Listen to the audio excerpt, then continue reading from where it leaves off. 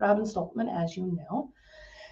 I am showing my plaque I had just gotten from the Better Business Bureau. If you're on Instagram, sorry, you're seeing it backwards. Can't do anything about that because I don't know how to do a lot of technology stuff, but I finally got my Better Business Bureau accreditation, which means I went through more standards than any other hypnotist, hypnotherapist out there on the market. What this means is that I went to an accredited college, which I did. I submitted that paperwork. I submitted the paperwork that I have every year to update through the Hypnotherapist Union, local union 472. Every year I submit paperwork directly to the Hypnotherapist Union in order to keep my certification as a hypnotherapist because I earned my diploma in hypnotherapy. So what I'm talking about today is who killed your dreams? See, one of the things I get frustrated with my husband quite often is he wants me to do all the planning for him. Well, I already do a lot of planning for him. The one thing I ask him to do, which is submit my Social Security things from him working so that they can say, okay, now you can only have this and whatever have you for money. Well, long story short on it is I have seen over time, there are a lot of people that are interested in killing your dreams. And the sad thing is we allow that to happen. How did you allow somebody to kill your dreams? Well, failure to dream, first part. And when you were a child, you had dreams. You were going to be a famous singer. In my case, I wanted to be a famous singer and dancer. Well, things happened. People told me I wasn't as great as what I thought I was, even though I earned awards in high school for my singing voice. Well, I allowed other people who never paid my bills for me influence that decision. Therefore, I didn't become a famous singer and dancer. I'm working on the famous part, on the motivational speaking part. I'm working on that aspect of it. And I know it's going to happen because I know who I am. That's the best thing my mom has ever said to me is that, well, you're Robin and you always get what you want, which is true. I do. However, law of attraction, people, you also attract trauma. I attracted a lot of trauma in my life. I attracted a lot of these different things I wasn't aware of. So where am I getting this dream killers? And what does it have to do with my husband? Well, he had a lot of dream killers in his life, like most of us do. His dream killers were a lot of these entities. Mine was social services, a lot of them places. They like to just kill dreams. I even had not a licensed psychologist, but the ones that are go to school for social work and then go help other people with mental health problems. This is one reason why I quit seeing them, is because when somebody told me, well, it's impossible to make $50,000 a month doing hypnotherapy. Okay, but who died and made you God? Since when does another person have the authority to tell me that because they can't achieve $50,000 in a month, who led them, who died and made them God to say that my dream is $50,000 every month, which I know is 100% possible? Who died and said that they had every right to tell me that my dream is not going to happen? See, our dreams, God gives them to us to say, hey, here's a dream. Nobody else has it. The biggest mistakes that I have made in my life is telling all of my dreams to small-minded people. In this case, that one that was a pretend psychologist who went to school, like I said, for mental health, for social work, who has no concept how the subconscious mind works and how to help people. When she said that to me, it's like, okay, well, way to kill a dream. Because you'll never see that happen in your lifetime doesn't mean that that's not going to happen in my lifetime. So you go back and listen to Steve Harvey, and he gives a good example of how teachers even can kill our dreams, how parents can kill our dreams, how we allow these other outside circumstances to kill our dreams. We allow them to do it. And when you find out that you could have been more, you could have done more, then you're going to be on your deathbed sitting there wishing, I wish I would have done things differently. Did you know, in fact, that if you were right now, stop and think, you're laying on your deathbed. Let's take a few moments to stop and think about it. You're laying in your deathbed. Just picture, imagine, or visualize seeing your body. You're old, or perhaps you're not old, perhaps you're young. And you see yourself laying there.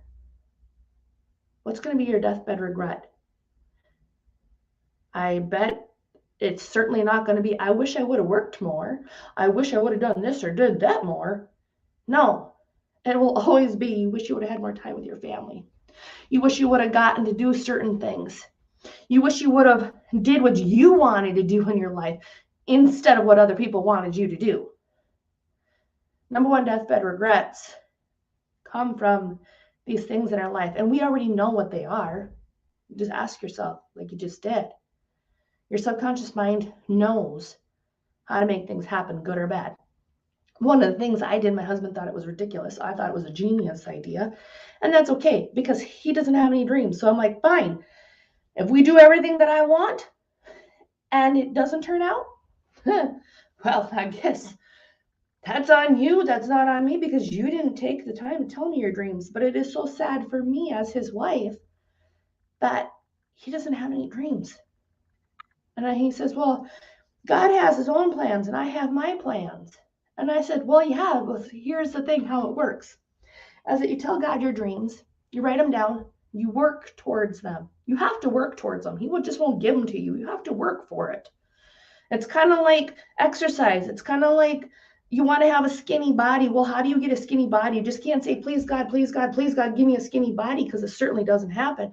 You have to actually be working towards getting that skinny body that you want. Otherwise, it doesn't happen. It's no different with anything else that you want God to do. You have to work for it. Law of attraction, people. You have to work for your goals and dreams. One of the things I did to make myself feel better, because I'm like, I know nobody's going to send me a birthday card within my family or give me one, as I did this. And my husband, thank God, doesn't see my social media. Because when he saw my picture, he said somebody's probably having fun with it sexually. And I'm like, yeah, nobody is. So the reason why I have this picture here, yes, I'm heavy. Yes, I don't care. Because to me, my body is my body. My body has birthed through C-section 5 children in a row. My body, I earned all of this. From the trauma that I created, I earned putting on all this weight. I earned it. Yes, I'm still heavy. Yes, I will decide when I'm ready to lose weight. But to me, this is my confidence picture. So what I put below to myself was, roses are red, violets are blue. The world loves you, and so do I. You're a gift from God, the best one I know so far. I know you could do it. I know you are worthy of millions. Stay with it long enough, no matter how hard it seems. I know you can do it because you are God's daughter. With God, nothing is impossible. Luke 1:37. Love your best friend or your worst enemy. You decide daily what you prefer. Every day I wake up, I get to decide if I want to be my best friend, which is work with what I want, or I get to decide if I want to be my worst enemy and spend all day long beating the crap out of myself because I wasn't up at 4:30 like successful people are. I got a lot of kids. 4:30 in the morning doesn't happen, and I'm not sorry. That's not going to happen for me. I'm not like most people, and I've come to the conclusion I will never be like anybody else. Everybody else just wants to sit there and go work for somebody else, go do the same thing, and complain about it. And they would just want to complain and see all this hurt in the world. They're not interested in asking what I'm asking, which is, why is that person hurting? Why did they do what they did? What was going on in their life as a child that was so bad that they felt the need to go out and hurt other people? Nobody's asking these people these questions. And then I seen that the gun company, Remington, got a big lawsuit. Nobody took and asked that person's parents, if that person's parents was alive for that Sandy Hook shooting. Nobody went back to the parents and said, what did you do to that kid? What kind of life did that kid have? Nobody asked those questions to that family. They went after the gun company. My grandpa owns a gun and pawn shop. I have never seen a single gun walk up off that shelf and go shoot somebody. I have never seen it happen, and I never will. Because here's the deal. The power of life and death is in the tongue. You can write out your goals and dreams and make them happen, or you can choose to do nothing, complain about it, and get the exact same results every single day that you want. Definition of insanity. Every day you get to decide, do you want to be better and help other people? Or do you just want to sit and complain? And when you die, just be 6 feet under like the rest of the world that nobody goes and visits. It's up to you. But for me, today I decided, you know what? I'm going to start showing people this is who I am. I know lives can change. I know things are possible. Because see, I can't take this with me when I die. What I am taking with are all the people's, there's a lot of people I'm going to change lives for or help them change. But I get to die knowing that I made a huge impact in this world, because that's my gift. I'm leaving this world, which is why my motivational speaking is going to happen. That's why I'm making things happen. No matter how tired I am, no matter how frustrated I am with different people in my life that try to shoot my dreams down. Number one thing I want to tell everybody is, who killed your dreams? And what can you do to fix it? Because you can fix it. At any given time, you have a choice. Either be your best friend or your worst enemy. Every day, you decide. So thank you for watching. I appreciate your time and your energy as always.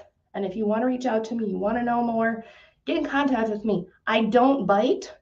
Even ask my husband, I don't bite, period. I'm just like, I want people to understand you can always change it. It can always get better. There's always hurt. There is always hope after all the hurting that has happened. I only know that because I've gone through the worst trauma any human can ever go through. And I tell you right now, if I had not found hypnotherapy when I did, I can tell you right now, I would not be here. I would be 6 feet under, and there would be 2 children that I do have the full time who would be without their mother. There'd be one who would never would have gotten to really know me if I would have made that choice. But I decided I am worthy, I deserve better, and I know you do too. Get in contact with me today. Thanks. Have a great day.